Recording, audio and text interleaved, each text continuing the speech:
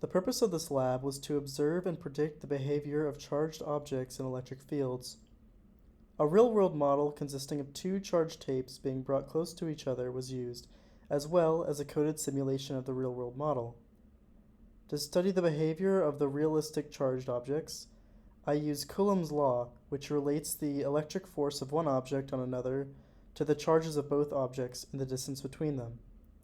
Additionally, I use Newton's second law to explain the behavior of the tapes in motion and predict the magnitude of the electric force on each piece of tape. In the end, I found that the laws of forces and Coulomb's law could be used to estimate the charge on each object. For the real-world model, I stuck two 20-centimeter pieces of tape together and ripped them apart to create a negatively charged piece of tape. I then did this with a second piece of tape. Each tape had a mass of 0.2 grams. Next, I placed one charged tape on two surfaces with space underneath the middle. Then, I held the other charged tape under the first tape, causing the first tape to rise upwards by a distance. I measured the distance between the two charged pieces of tape to be 1.2 centimeters or 0.012 meters. Using the data I gained from the real-world model, I coded a simulation of the model that would calculate the electric force on the top piece of tape. For the initial conditions, I added the values of K, the acceleration due to gravity on the Earth's surface, the masses of each tape, and the value for the net charge on one tape I calculated in Lab 1, which was 5.6 times 10 to the negative 9 coulombs. I also created each tape as an object. The bottom tape had an initial position vector at the origin, and the top tape had an initial position vector of 0.012 in the y direction.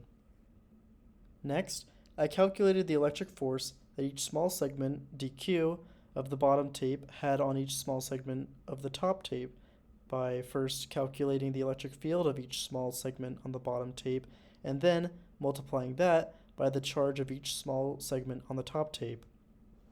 The electric field was calculated using this code, which implements the charge of the segment and the position vector of each relevant charge. To display each of the forces, I created arrow objects to represent the magnitude and direction of each force. While I observed in the real-life model that the top tape experienced upward forces that canceled out its downward forces, my computed model calculated that the electric force was weaker than the gravitational force. This points to the idea that there must have been some error present in the process of this experiment. Some sources of error include forces other than the electric force and gravitational force acting on the top tape in the real world. Another source is the assumption that the two tapes possessed the same charge during the experiment. What if I had modeled each tape as a single point charge? If each tape was modeled as a point charge, it wouldn't represent certain properties that real-world objects do. For example, in the new model, the direction of the different forces change as you look towards the ends of the tape. In the point charge model, these details won't be accounted for. Why do these estimates differ?